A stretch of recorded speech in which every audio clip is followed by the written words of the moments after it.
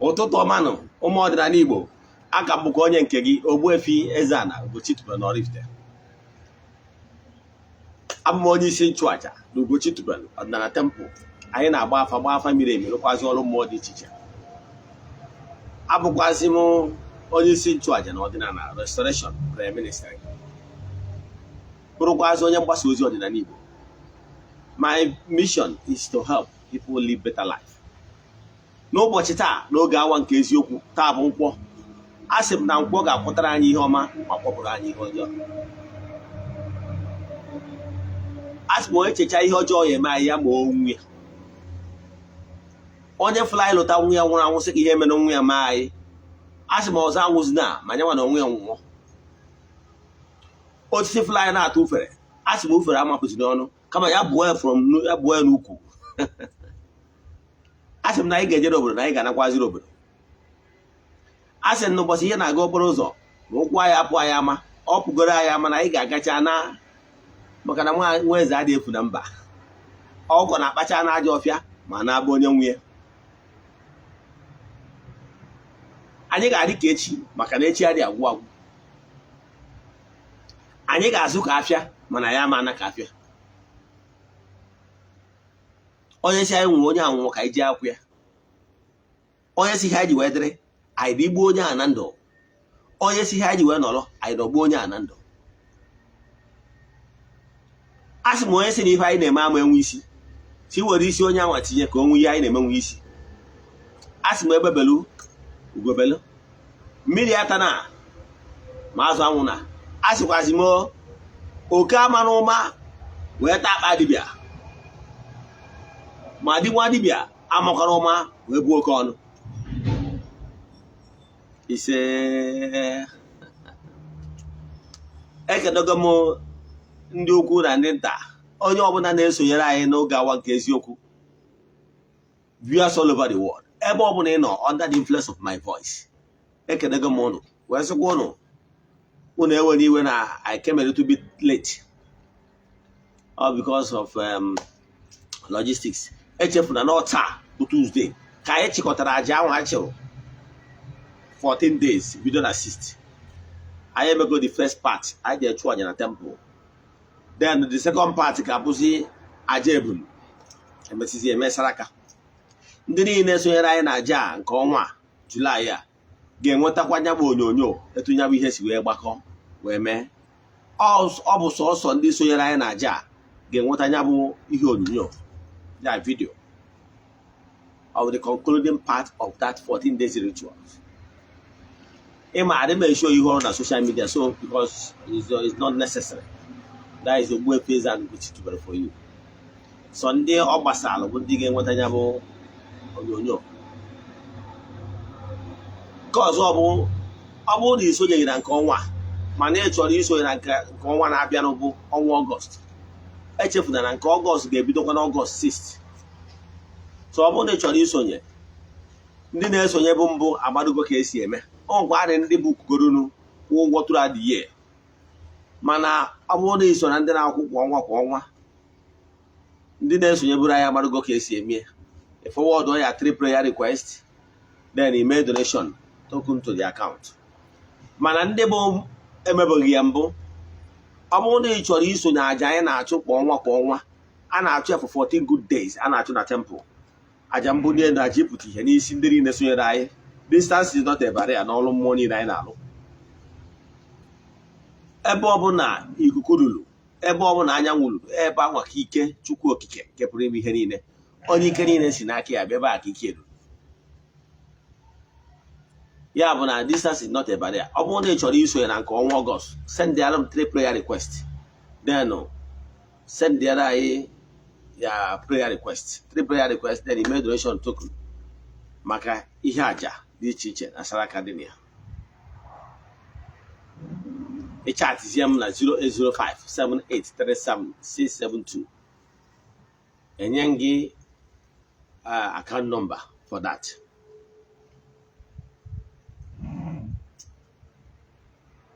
Bidori n'oge nna nna anyị ha, a na-enwe ikwubi okwu. Ọ dịbara gboo ọnya kpatara n'ala Igbo na o nwere oge a na-eme ihe a na-akpọ alụlụ mmụọ. Oge ụmụ nwa dị ana na-esi nri dị iche iche bụrụ jee n'ebe ikwu nnefa. Okenye nọ na ngwuru anwụ ebe ebere gọọ ọfọ n'isi ha. Onye gwara na adị ekwubi okwu n'isi mmadụ ọ bịara mmezu. Ka m werekwa ihe mere na ancient book wee mara gị atụ. Onye a na-akpọ Elkana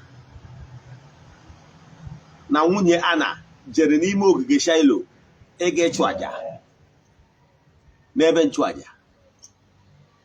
Nwunye Ana wee cheta na ya ọmụghị nwa wee bido bewe akwa, na-atụ arịrị, na-ama jijiji, na-asị na ayọ Chukwu okike gịnị meziri na ọnọdụ ya ji wee dị etu a. Akwa ya metụrụ onye a na-akpọ Eli wụ a high priest n'ebe nchụaja. Eli wee sị ya, Ana, ebe ọ fụrụ ka ọ na-atamu behaving funny, o wee jụọ Ana, kere ụbọchị i bidoro ṅụwa mmanya? O wee sị ya na nwa ọkwa mmanya ya bụ nwa oru ya nwụrụ, kama ọ na-etu o si dị ya n'obi ka o ji bịa n'ihu Chineke ịtọwa obi ya n'iru ya ka ọ tọsa obi ya. Eli wee sị ya, nwaanyị ngwa na n'udo ka Chineke mezuoro gị ihe yọrọ ya. Na-etu a ka Ana si wee naluo ya na di ya Elkana nọkwa ka nwoke na nwaanyị si anọ. Mgbe ọnwa ahụ nwụrụ, o wee fụ na ọ dịzi ime, wee dị ime onye a na-akpọ Samuel. Ọnya ka o ji be ya afa Samuel means nwa ayọtara na ayịyọ. Ịghọtara ya? So ọ ịgbada ka mmadụ jụọ gị sị gị na n'ọdịnala Igbo na-adị ekwubiri mmadụ ekwu, ọ bụrụ eziokwu. I will always give you facts and figures, how things work. Ọnya nwa bụ the work of onye nchụaja. The middleman, onye na-achụ aja, the communicator. Onye ọ bụ ọrịa ịkọmuniketi, ịgba ụkọ n'etiti Chukwu na mmadụ. Onye bụ ndị ụkọchukwu. Nke aga isiokwu anyị ji bịa n'ụbọchị taa bụ gịnị bụ abominable act in ọdịnala Igbo. Ihe ọbụla bụ abominable act, alụ n'ọdịnala Igbo bụ ihe bụ alụ. Ejere oru na ejere Igbo. Though enwere some exceptional cases. Bekara emere iwu maka mmadụ, emere mmadụ maka iwu. Enwere exceptional cases. Yes. N'ọdịnala Igbo kwenyere o nwere ihe a na-akpọ ikuchi nwaanyị n'ọdịnala Igbo. Etu ndị Igbo si debe ihe. And agwara ngịrị ihe ọbụla ndị Igbo debelụ nwee nkwekọrịta na ya bụ ihe wee si na-etu a ka ọ ga-esi wee dị kwucha tiri ọfọ. Ọ bụrụgodị na ọ bụrụgo norms, ọ bụrụgo iwu ọdịnala, the binding. Mgbe gboo oge a na-akpọ ụkọ mmadụ, emere ya na nwanne mmadụ etu amụ nwoke nwee nwanne nwoke. Ọ bụrụ na nwanne nwoke for any reason amụtara nwa mara ọ lụrụ nwaanyị, o mega attempt, mana enwere ike na onye anwa nwanne gị nwere ike ọnwụ na obidozi long enough nwunye ya ịtụ ime wee mụta nwa. Now ihe ị ga-emezi bụ ọ bụrụ na nwanne ya ga-ebidozi long enough ịmụta nwa, ihe ị ga-emewu n'ọdịnala Igbo is permitted for gị nwa bụ nwanne ikuchi nwunye nwanne gị, then na-amụtara nwanne gị nwa n'afọ ya, is permitted n'ọdịnala Igbo. Etu esi eme ya ọnya batara ụdị ihe na-etu abụ ihe melụnụ na agba ochie. Echefugo m that particular condition, mana ọkwa ihe dị n'ọfụ melụ. Nwoke wee sị ka ya na-ekuchi nwunye nwanne ya, mana obi na-agbawu ya, ọ chọrọ ka ọ mụtara nwanne ya nwa. O wee bụrụ na anya na nwunye nwanne ya emekọchalụ, oluzie mgbe ọ ga-awụnye mmiri eji akpụ nwa o wee gbapụ ya n'ala nyanwa bụ the father of withdrawal. Yes, o wee mee nya bụ agwa iko iwe Chukwu wee dị n'ọkụ n'ebe ọ nọ. Ime ihe pụtara iwe Chukwu ji dị ọkụ n'ebe ọ nọ, ọ bụrụ ọsọ maka na ọ gbafuru mmiri eji akpụ nwa n'ala, mana ọ because of the intention. The intention is barbaric. The intention is not good. The intention is full of jealous. Maka na ọ chọrọ ka nwunye nwanne ka o nwee nwa ga-anọ n'afọ nwanne ya. O wee kpaa anya bụ agwa iko agwa jọrọ njọ. E wee sị na because of na ọ kpara agwa na-etu a, o zutere ọnwụ nke mberede dakwasara ya maka anya bụ agwa ahụ ọ kpara. Ya so omenala dị etu a is allowed n'ala Igbo. Dịka anyị si wee kwuwa na ihe anyị na-ekwuta taata bụ ihe Abominable Act n'ala Igbo. Ọnya ka anyị ji wee bịa. Those Abominable Act n'ala Igbo. Mana before anyị gaa n'iru, echefuna ka anyị mee okwu n'ala, anyị mezi okwu n'ala, anyị gaba n'iru na nkụzi anyị ji maka ya wee bịa n'ụbọchị taata n'oge awa nke eziokwu.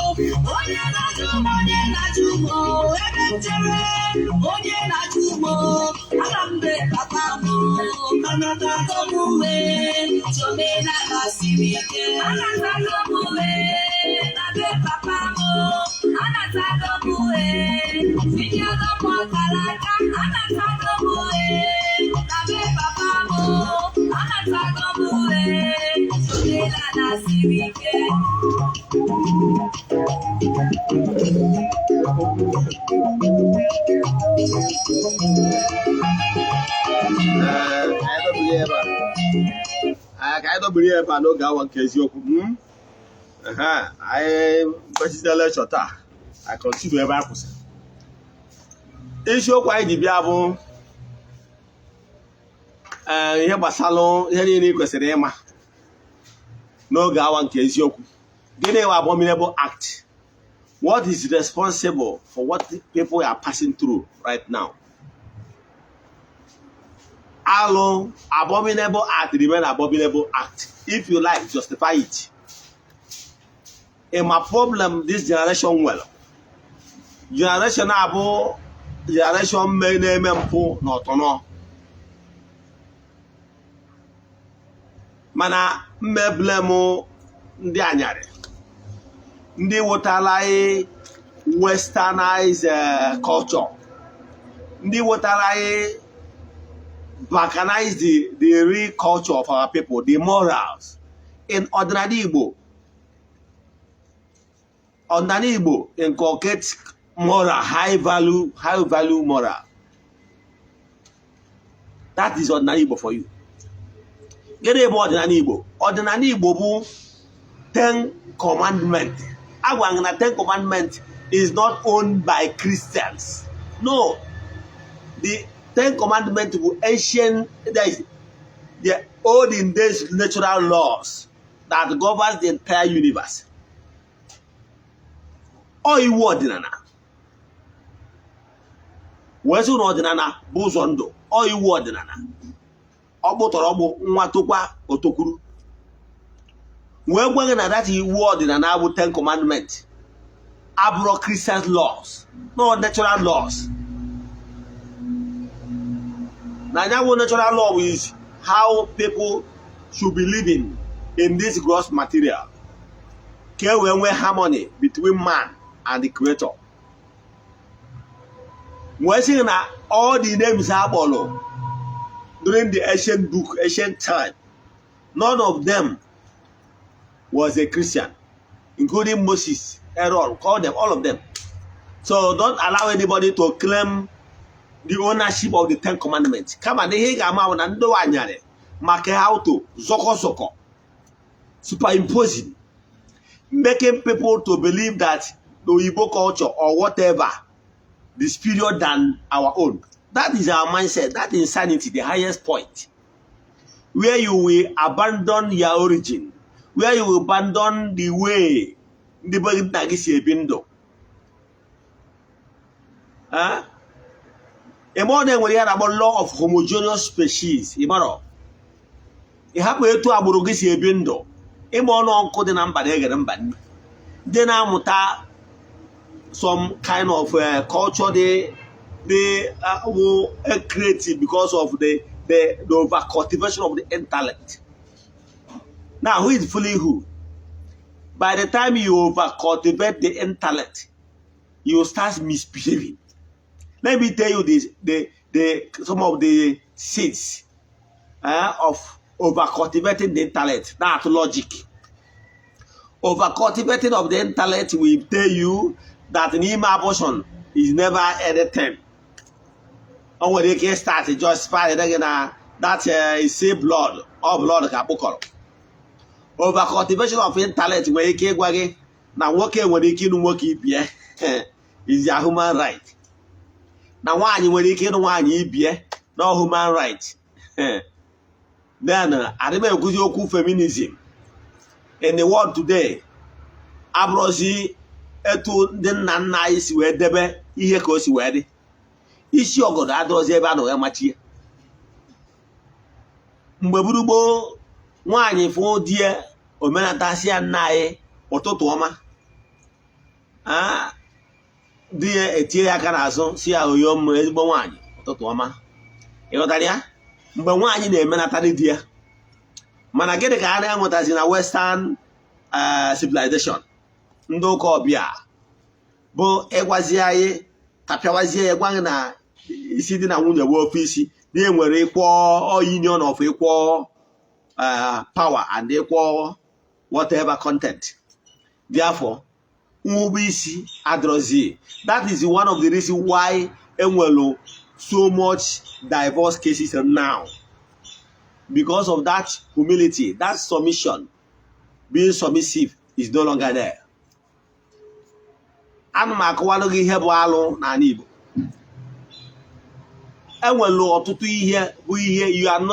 not allowed to do it. I was yesterday on social media. What is trending? Somebody made a post justifying the fact that he is sleeping with his cousins. You know what he's quoting? I think that guy is from maybe Calabar or whatever, which side. But I don't think that a real Igbo son, blood, Igbo na run. Manenu mana. Magana drop sure. Obru ni Igbo ezigbo to onye Igbo. Obara Igbo na run na ya vein. That is, your mother is from Igbo, your father is from Igbo, and they are justifying sleeping with your cousin. But you need to do that. Send them mad. You need to get a baby, but pastor. Yes. I'm not judging, but I'm telling you the fact.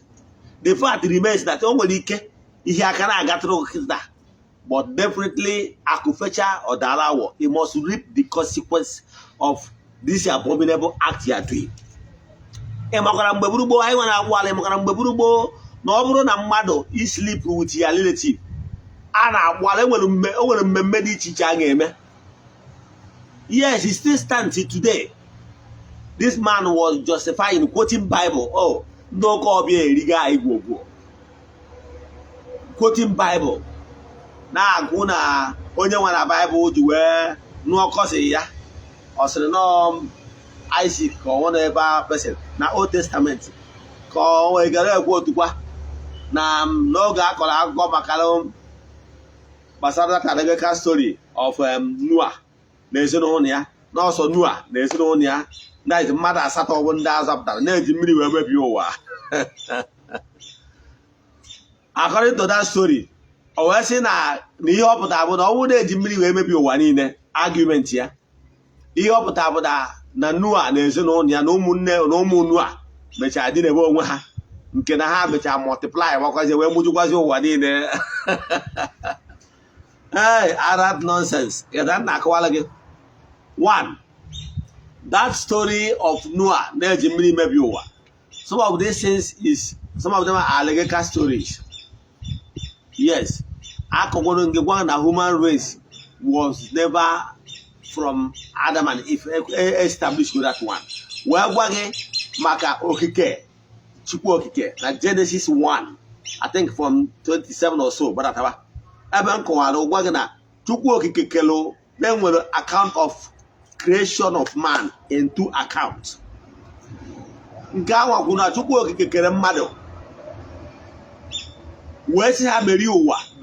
rule the earth, and be Lord, and multiply. That is the account of creation in Genesis 1. About Genesis, I think Genesis 4 or so. When you second account of creation of another man, guys, the creation of Adam and Eve, that the first creation the name was never mentioned. But the second creation, Eastern Eden, name was mentioned. And name was mentioned is Adam and Eve, the father of Ndanyale. Nke mechalo wee mụta Ken and Abel. Ken gbuo Abel. Mechazie ha mụtakwa the Set. Na nwanne. Mana mgbe Ken gbuchara Abel, onye ọpụta bụ no according to that story bụ no so Ken wee nọsị. Mana Ken mecha wee gaa n'obodo North.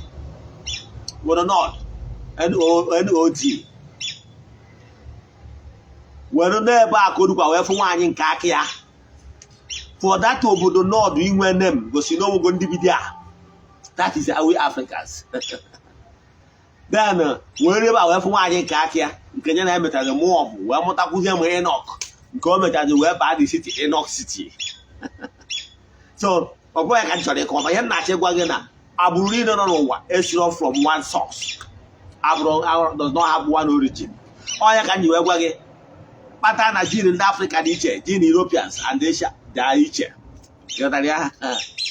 So onye ọbụla na-agwa gị na Adam na Eve bụrụ mmadụ niile nọ n'ụwa jụọ ya.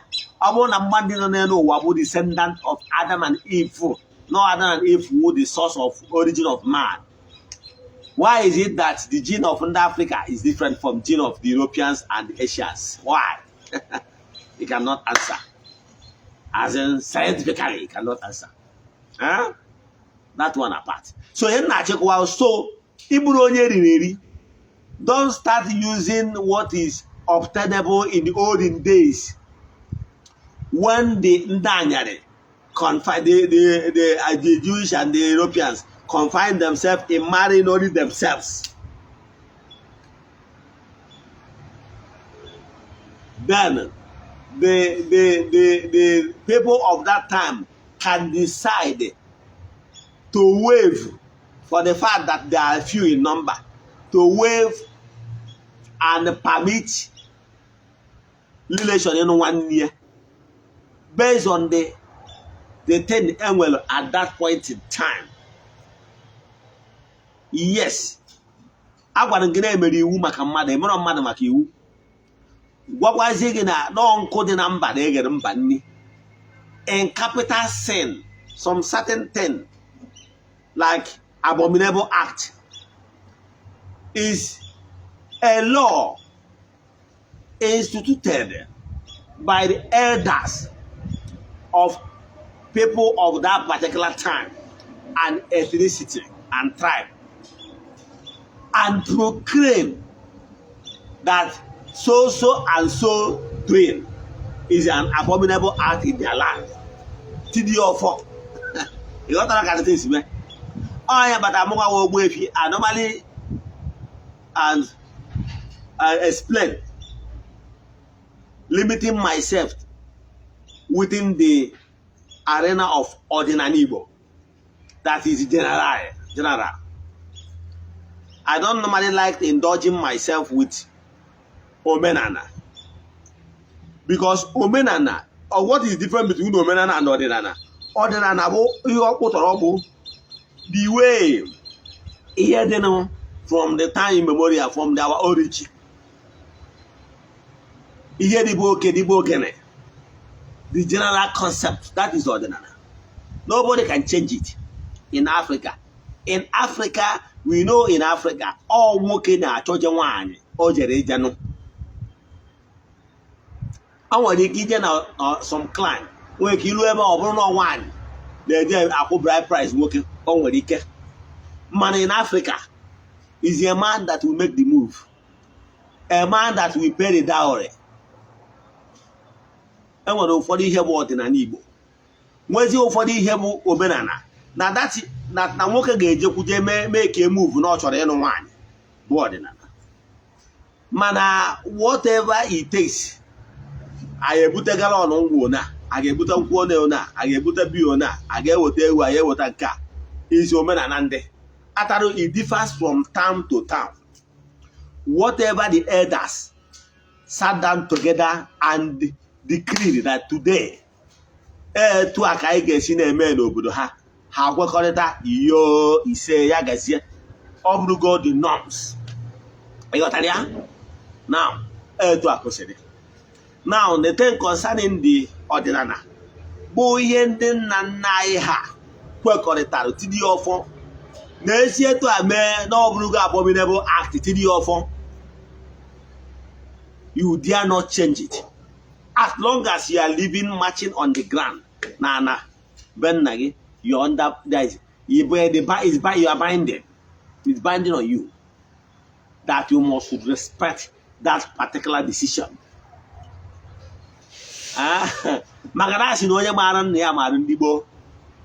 Yes. So stop justifying for the fact that anywhere can a man cannot even hold your body. Now, and you have already a lot of distortions have been made. You have already bastardized your moral life to the extent that no one is here over now, then this chaff. Oh, Nyako was say, they want to agree Jerica. It was any moral standard at all. Therefore, you know, only military. Now, I told you, call grab boy and military. And they debate on social media, or debating both with the four and their guests. But when woman na generation a emego ihe a na-akpọ mpụology, that is mpụ ndị generation a melo abụrụ ordinary just mpụ nke ha emego pụology or ihe ọgbọ amel. Our ancestors are saints. Ọ na-adị mwute na mmadụ pụta ọ na-asị ancestral cause, na-asị awute ancestral cause. Na our ancestors are saints. Nna m so kọlụ m nwanne nwaanyị. There's a man when near one in a year of Okoko no Piana Poco. Those obere one ten or other capatari. I won't come miss Mariat. You know. I don't want you to fully. Yet no more of here. Kabacho also I need it. Get a dimate you can go the guy. I'm not at a budget. They hammer. Hi. Manaka generation now. Upon a generation and a yapa. Man of what a Janya way, Iponia aqua. generation na-emego mpụ na ọtọ nọ. So ndị nna nna anyị ha wụ sent kere ihe ya chi na ha mere na ha kpọtụrụ ụmụ mmụọ na ha gudoro anyanwụ na agbara na ha gburu akwali ọmụmụ anụ onye ahụ mpụ na ọtọ nọ ha mere. They watch them all bụ na na-enwere ụfọdụ ndị uncles mere ụmụ nwanne fa. Ana m agwa na generation a na-eme mpụ karịa nke ndị mgbu ahụ mere. Na generation a na-ele abụ ọsọ na-ele so nwa nwoke ihe asị na ndị nna nna ya na onwe ndị les lefted ọkwa eziokwu, mana ana m achọ ịgwa gị na generation a mere nke karịrị ya na ka nna agwa gị. Na-eso mmalụ nwa dị anamụrụ be m size ihe ọ pụtara bụ na the mama the girl bụ my cousin. Among ka m mesikọwara ya, my uncle mụtara this lady nna agwa gị. O wee nụọ dị na another village wee ebe a wee mụta ofu nwa nwaanyị. Mesịa ya ebe ahụ nwụọ, di ya kpatara ezigbo ego bụrụ mpọta na-atụnata kitchen utensils from China, nwee ezigbo shop na Lagos now as importer. Mesịa my sister nwụọ, mesịa di ya nwụọ, ha ka mụtara ofu nwa nwaanyị then. Ofu nwa nwaanyị aha mụtara. The brothers to the man in question bịa sị no problem, we love our brother so much. Na ha ga-eme sure na nwa ya nwaanyị a na-azụrụ ya to mahadum, na-azụrụ ya to university. Ihe mere ha wee onye nke ọzọ keta shop, onye nke ọzọ keta the trucks and the cars the man nwere, onye nke ọzọ inherited the possession, onye nke etu a ka ha si wee busasịa akụnụba the man. My brother, as we speak now, that my sister that is it. Onwere onye n'ime ha zụrụ ya na ha ji akụnụba nna ya wee zụọ ụmụ nke ha. That my sister as we speak now is one of my younger sister, Paul. Is that my sister now akwụrụ ụgwọ akwụkwọ na university now. The family just shared her father's properties among themselves. Wee train ụmụ nke ha. Then abandonizie nwatakịrị ha kwukwara na ụmụnna ụbọchị ya nwa na ha ga-emake sure as long as they inherited the father's wealth, na ha ga-emake sure na nwa at least na-azụ ya to university level. Otu abụ n'ezi wickedness. Ana m achọ ịgwa gị na ọ bụrụ na ọ generation a bụ ndị nna nna ya ha ga-eme mpụọlọji onye mkpọrọ ya. Ịghọtara ya? So our ancestors are sent. So what ihe ha mere? Gịnị ka ha mere?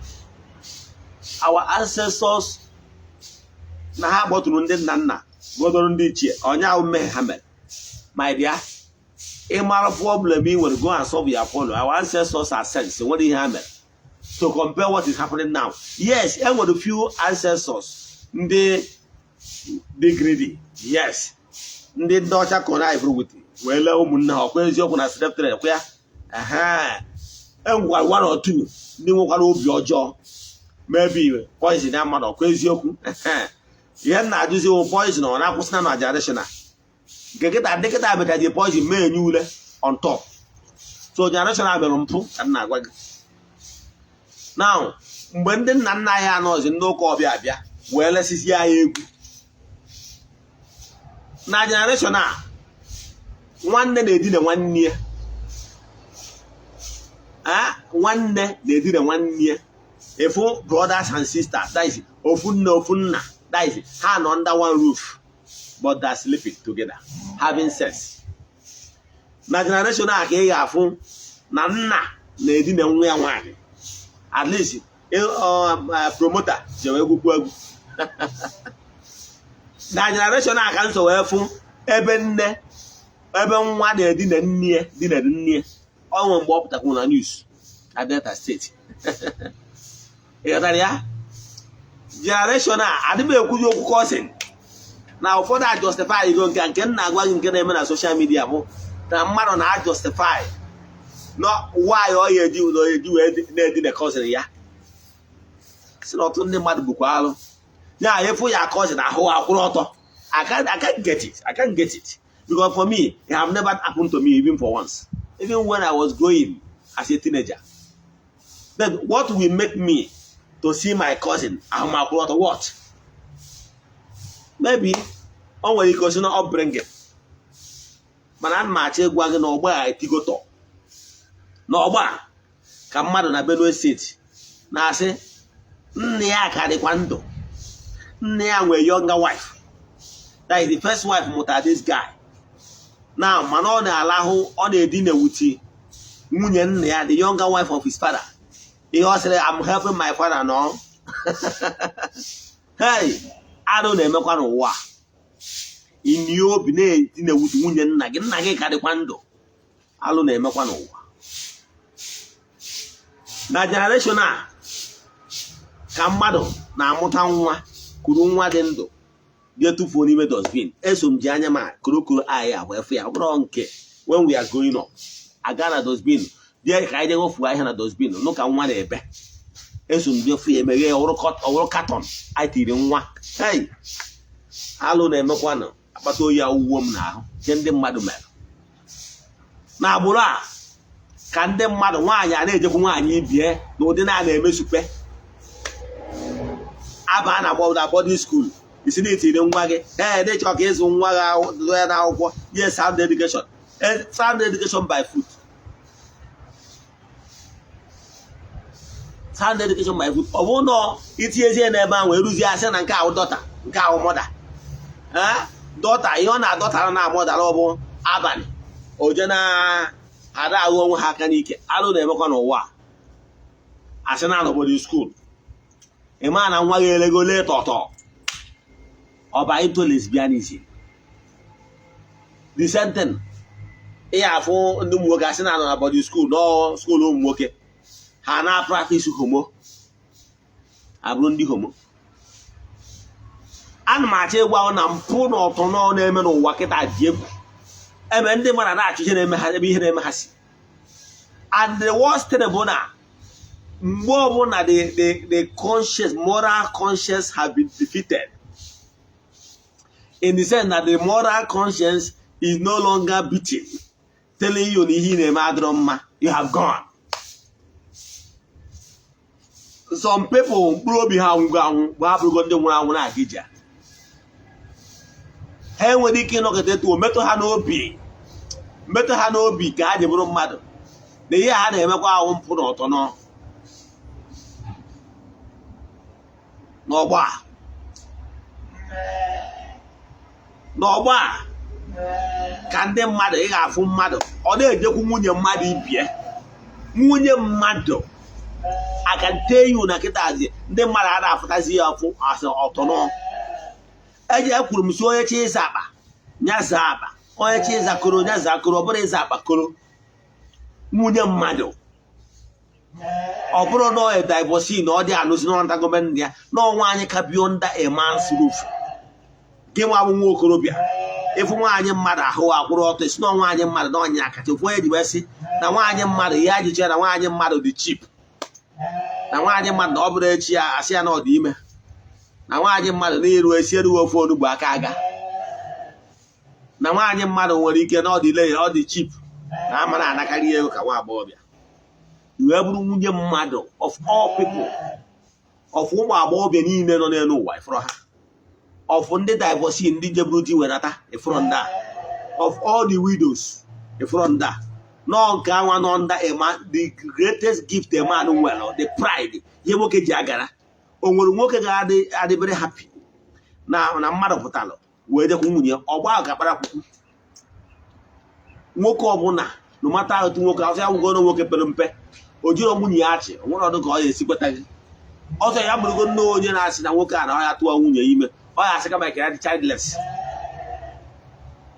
Ọ bụrụ ka ego nwoke dị iwe ni obi nke bụ eziokwu na bifo ije sa nwunye mmadụ isi ị ga-akọtọrọ iri die. Yes, ndị imelụ dị too much maka ihe ebugodo tọrọ ọrụ nwoke ibe daa ụwa nke nwaanyị nwaanyị o jigara nwoke a jigara ife itie rụọ ọ dị down wee gwazie ihe o ji wee bụ n'ọgwụ a onye kwesịrị ya. Ana m achọ ịgwa mpụ na ọtọ nọ email. Yes, ịrụ ọrụ nwoke ibe gị daa ka i wee nwee ike wee ghọrọ ya nwunye wee saa nwunye isi. Ka m gwazie ihe mere na agba ochie. David a gwara ya na mma agha ama esi na biepụ maka ya ọtọ nọ ime ọtọ nọ mere. O nwere onye a na-agba onye agha Uria bụkwa onye agha David. O jebere n'ihu agha. David wee rigo n'ime ịba ya ụlọ enu ya wee fụ nwaanyị na-asa ahụ wee jụwa ndị mmadụ nwaanyị bi ebe dị etu a onye ka ọ wee gwa ya na nwunye onye agha ya. O wee kpọọ ndị na-afụ the commander si were di nwoke nwaanyị a tiri n'ihu agha. ka e wee gbuo ya n'anya mmadụ egbuzie di ya ọ gbaghute n'ikpeazụ na ụdị na ya na-anụzi nwaanyị ajadu mana ịdị aghọrị Chukwu. God knows that na n'ịkpachara anya wee gbuo nwaanyị a wee gbuo di nwaanyị a ka nwaanyị a wee nọzie ka nwaanyị ajadu ka i wee je nụọ ya. Ị na-aghọrị mmadụ, ọ Chukwu ka ị na-aghọrị. Chukwu ya aghọrịwu Chukwu. Ịtịnkere dị smart. Do you know why ndị Igbo ji si na nwaanyị gba n'ilo wu the greatest abominable act? You know why? Nwunye gị na-agba n'ilo, your life they at risk and your life will remain in shambles because one day nwaanyị a nwere ike iko na ibute di ya wee wepụ ndụ gị. Ọ bụrụ na o dee anya na di ya na the woman ama enye the consent, the guy nwere ike ime ya alone bufuo the man ka ọ ya ghọọ bịata ebezi ka ọ balance ya ọfụma. Ọ ihe ịgba n'ilo na-eme. O wee bụrụ na David because of ụta anụ ahụ ka o wee dị na nwaanyị mmadụ, o wee jesi etie di ya ọp ka egbuo di ya, o wee chigatazie na ụdị na ọbịa na nwunye ya wee nụ onye wu nwaanyị a wee mụta na onye a na-akpọ Absalom. Ọ ghọrịrị mmadụ mana ọ ghọrịrị ndị afụrụ anya. A prophet was sent to him. David n'anya mmadụ ịkọbago ya mpụ ọkụ ya wee sị ya na nwa a amụtala ụwa Absalom ga-anwụ. Gịnị ka Absalom mere? Absalom mechaa di na ndị nwunye David. Absalom mechaa nwụọ. Absalom jechara agha na-abata ọsụ tinye ya n'isi wee koo n'elu osisi. Absalom nwụọ. Ọ ka agwọtara n'ọgwụ na-eso ọgwụ ana. Bido na agba ochie mpụ n'ọdịnala mpụ ọrụ ịlọ nwunye mmadụ anya. N'akwụkwọ ndị ụka ọbịa na New Testament Jizọs sị na agwara ụnụ akwa n'iko mana na nna agwa ụnụ na onye nlere nwaanyị anya ka aga iko wee gụọ ya na ọkwara ya bụ iko. Now ibi nwunye mmadụ inere anya lustfully, inere anya were anya ọgba ya ọtọ na ya anya akwamiko, ọ sị na ịkwara ya bụ iko akwa ọya ọ dị ihe tosa kwesịrị. So ka ị ghara esi na imere eme, o nwere ndị bụ ndị oji anya iri ihe niile agwụ mpụ. Ị mara generation a nọ kịta, generation nwata nwaanyị nwa agbọghọbịa ga-asị to hell with a man ya chọrọ ịnụ because of ego, because of na ọ bụrụ na di ya na-abịarịa mana o nwere ike ịdị submissive. Mgbe ọ bụla ị bịara nso efu na ego karịrị, o nwere ike bifewazie ya ahụ ọnọdụ si to hell with a man. I know a medical doctor in Abuja. His sister told me, senior sister told me that this doctor does not want to marry. Ihe ọ na-eme o nwere ego ọlụlụ na Abuja. He jet aside, he moved from one country to the other. Move for the fear go post to the country on or vacation. Can eri ego, she has the money. Ihe ọ na-emezi were oje gotazi ụmụ kịrịkịrị ụmụazị. Onye a na-agwa uwe onye ya dị ebe 40 something years. Oduzie oje gotazie ụmụ kịrịkịrị ụmụazị 20 something years na-enye ha ego ka ha na-edinye ya. Or sit to hell with your man. Agree, to hell with your man. Not every woman will marry. I agree. Mana, is it to hell with your man? Please, say what to hell with those small boys in our jobless. In our boy, whether you have name, in a small money. Kana Nasabisi. Say what to hell with that? Say what to hell with the one away you go to vibrator, you go to toys. DJ maybe only. See what to hell with that? I would only ask or ask okay and ask okay, education when they carry on my. Imagine in Asapo, Mani Jana in Alabatanya. It is Zapa. It is Zakuro, not is Zapakuro. We may use a vibrator on yourself. You're a disgrace to womanhood. You're a disgrace. If you're in Aqua Chukwemo, we just go to Kukumba or they go other vibrators, use it in Aqua Chukwemo. Because what you are doing is not natural. ọ dị ọkpụ na-abụ ihe niile abụ tabu. Mgbe ijelu dị na-eme nwatakịrị adolescent, nwatakịrị ọ dị underage abuse, alụ ka ị na-eme n'ọdịnala Igbo. Even your fellow adult, if there is anything that will go between maybe your fiancé, it must be with the person consent. It must be with the person consent. You cannot just abuse somebody or talk less of maybe rape. Without the person consent. It's an abominable act. Yes. It must be whatever that will go on between two grown adults and agree in harmony. If something of that nature will happen. Man, any form of nguba is an abominable act. Any form of nguba or deceit of somebody that is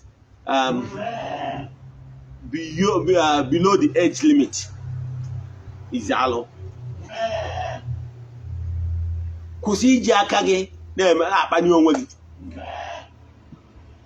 minus the health implication, because the risk that now you are hurting yourself. Ihe na-eme is not acceptable. Adịm ekwuzi okwu ndị na-etinye aka na ike ime abortion. All those things were a severe consequence. The consequence is that those things in them will hurt you tomorrow. Do you know that single ocho can nullify whatever prayer or whatever spiritual work we have done? Do you know? Somebody was telling me this morning, they are alugolo di chiche, yet nothing to show for it. Where do we are? Makana bashe miafa. Where bata no to the nose ya? When I see ya, no to the nose again. Else no to the nose. See that will thick cloud, negative energy surrounded again. That no matter what, you also got matter all. Also, while matter that shout, I receive miracle. Also, the way pass overnight. Also, the way and the New Year listen cross overnight. Nothing for you. That over the type of thick darkness that surround you is second to none. A manozi. So after Kambasiari Alpha, or when I see na challenge young well over the all before, man, nothing to show for it. Once nothing will show for it because there is this negative energy surrounded you. That no one will abominable act that you have committed. This morning, he now on up. Whereas the abominable act. No one committed abominable act. That is enough to bring negative energy that will put the person down. Blood is thicker than water. Because they know the consequence that the land has been cursed. The land has been defined. So therefore, defiled. So for that reason, I want a lot of cleansing, the way of cleansing the land there. That is too cumbersome. And then they will go. So therefore, they will run to another place. In order to run away from their sin. Nowadays, where are you running to? And I need now is owned by somebody. By so the you have to face it. And clean up the mess.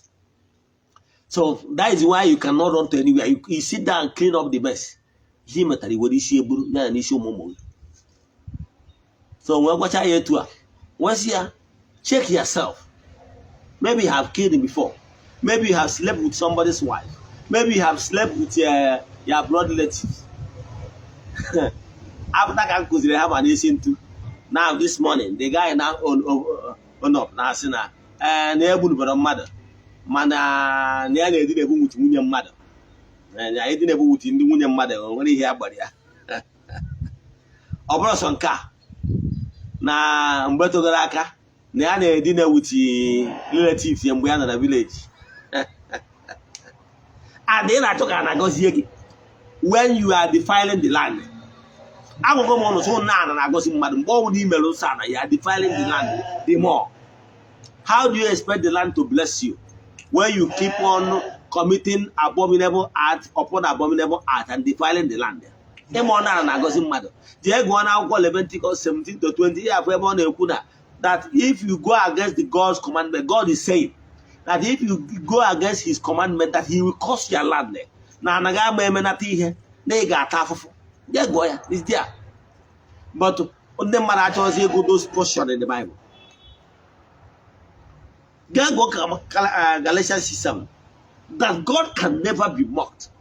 That whatever you sow is what you reap. But now, you are sowing darkness, you are sowing abominable acts, and you want to reap goodies. Goodies coming from where? From where exactly? You hear the law. God can never be mocked. You are mocking God when your hand is filled with iniquities, and you hope to receive a wonderful of goodies. Is it possible? On a royal war on Leventis, Odinana Igbo PZ and a Obu boy corconeri, but you would work by a workshop. Every lolo, kigeri, walk, a chop, workshop. Natalia? Yes, every boy and I look on ya workshop. A lolo, and then you want to eat. How is it possible? And now, because you don't understand how things work, you keep on moving from one dibia to the another, from one prophet to the another, from one pastor to the another, from one minister to the other. Who is deceiving you? You are deceiving yourself. I can tell you, solution of your problem does not mean that you will need to have multiple mentors. No. You can rely on one dibia, you can rely on one prophet, you can rely on one called person, or you can rely to one priest. Or you can and then what a result? But a problem in well, you are not properly guided. O meje gi na jump on when you get some na afọ gbagoro ihe ọ na-arụ bụ dị gbakasị afa. Gbakasị afa cannot solve your problem. Ọ bụrụ na ọ your problem. Your problem that your inner self is full of fear. And that is the consequence of whatever you are doing, you must face iniquity. So if for any reason you have committed any abominable act, whether those ones I mentioned now and other ones I will not be able to mention because of time.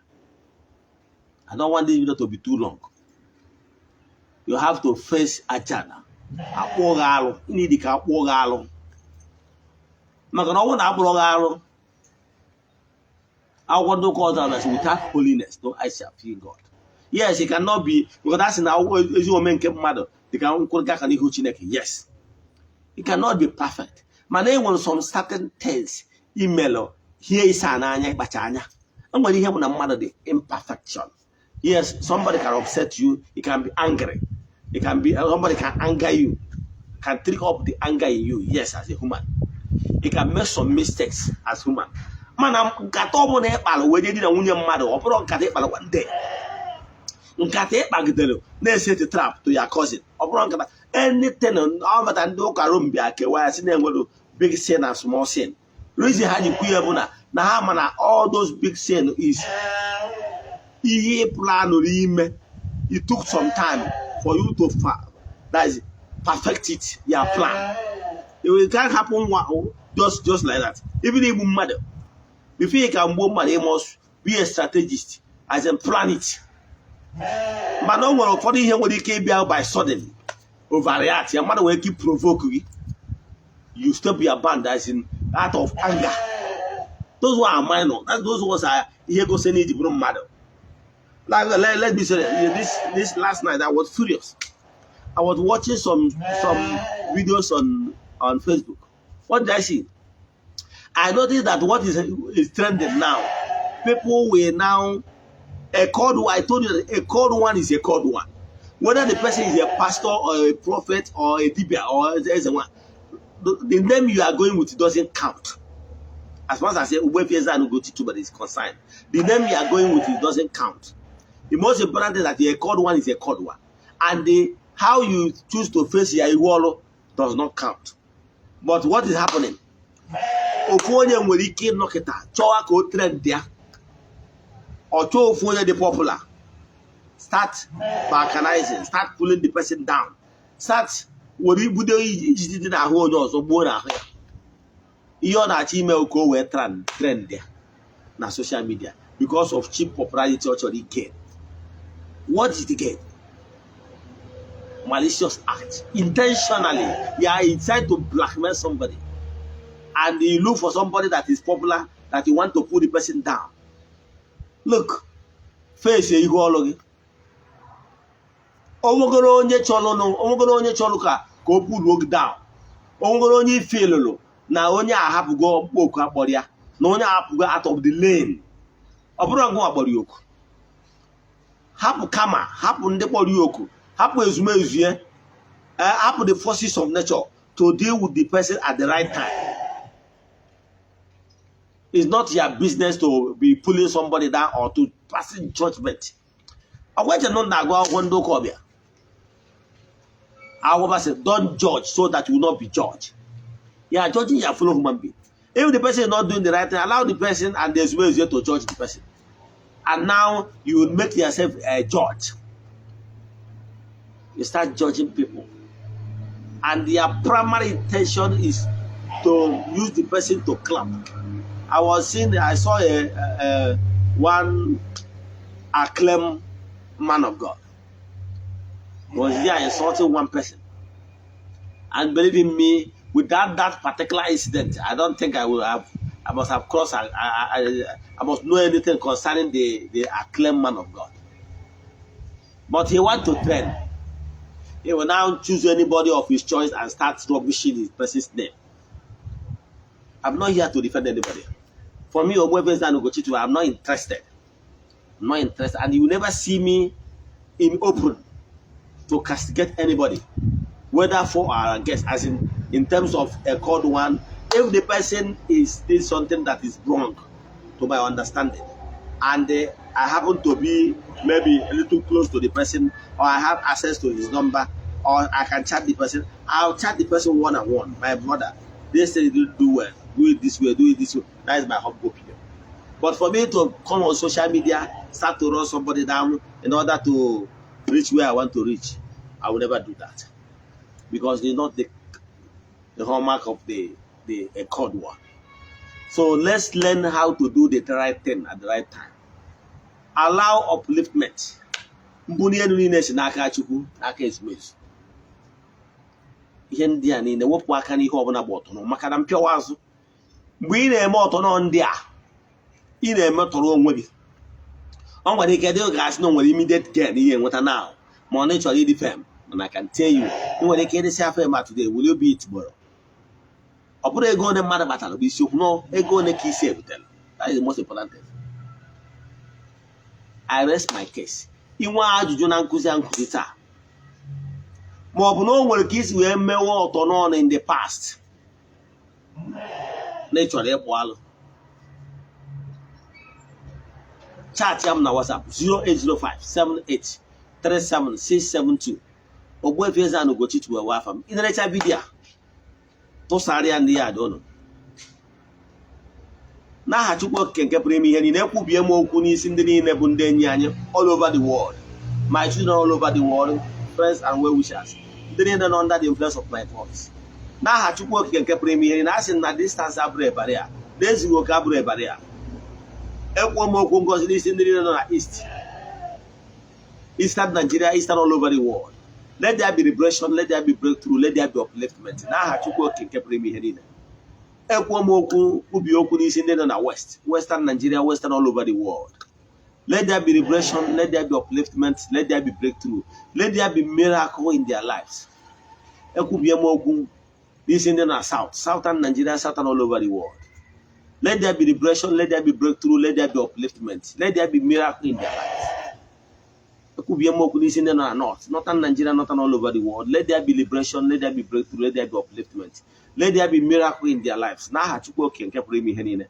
onye ike niile si n'aka ya bịa daalụnụ n'aha Chukwu Okike pụrụ ime ihe na-ekwu m okwu ngozi n'isi ndị eji m niile ebe ọ bụla onye anọ na ndị na-achọ ego sinye ha ego, ndị na-achọ ọmụmụ, ndị na-achọ kọnekshọn, ndị na-achọ fevọ sinye ha, ndị niile bụ ndị obiọma nọ under the influence of my voice nụrụ okwu a wee betụ ha, o wee wute ha na ha mere ụdị omume dị etu a, were obi tiwara etiwa na obi gwepịara egwepịa wee yọọ mgbaghara, ayọọ m ngozi n'isi ha ka ndị dị etu a ka ihe ọma bido mewere ha. Let these people, set of people, be led to the right path, where the necessary thing will be done for their liberation, total liberation. N'aha Chukwu Okike pụrụ ime ihe niile. Ya gazie na ka anyị gbalizie na egwu wee sị ka ọ dịkwa echi.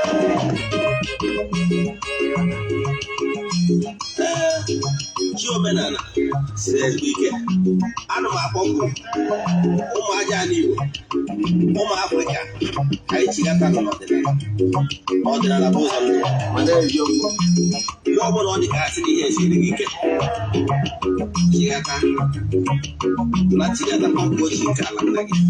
Ihe na-esi na nke onye akarịa ọkụ ochie nke ala nna gị kọsara ya ego ozugbo dịrị gị na ihe na-esi na nke onye akarịa ndị Igbo na-ekwuru wee na-asị kedu ka o si dị gị gịnị na nna gị na ị na-akpọ nna gị ga-alụrịrị ọrụ okwu gị ọnụ ahịhịọ gị. Ndị nna nna gị ha ga-etinyere gị aka na ahịhịọ ihe bụ mkpa gị inweta ihe ị na-achọ, mana mgbe ị hapụrụ chi nke ndị nna nna gị ha hapụ ya ancestors wee sị na ị na-akpọ chi nke ndị ala ndị ọzọ, ọ bụrụ na ị bụ nne n'ebe na-anụ olu agụ wee na-agụ nwa gị, agụ wee na-agụ nwa n'ebo gị, kedu onye ị ga-ebu ụzọ si uru ebile? Nke bụ eziokwu na ị ga-esi nnukwu ụzọ bido ndị mmadụ bụ isie wee bido mmadụ gị edu akụ osi wee dị. Mgbe ọbụla ị nọ na mkpa ịkpọkụzụ na onye nsọ nke ndị ụka anyarị, kpọkụ ochi nke ala nna gị, kpọkụ ya ancestors. Nke bụ eziokwu na ha ga-ebu ụzọ nụrụ ọnụ akwa gị maka n'ihi na ịbụ nwa ha n'ime onye arụ ha, mana mgbe ị hapụrụ ya ancestors je na-akpọchi ndị ọzọ na ndị senti ndị ọzọ, nwanne ọ ga-ahapụ gị ahụ. Ọnya ka ndị wee na m anatago na be nna m ya gasị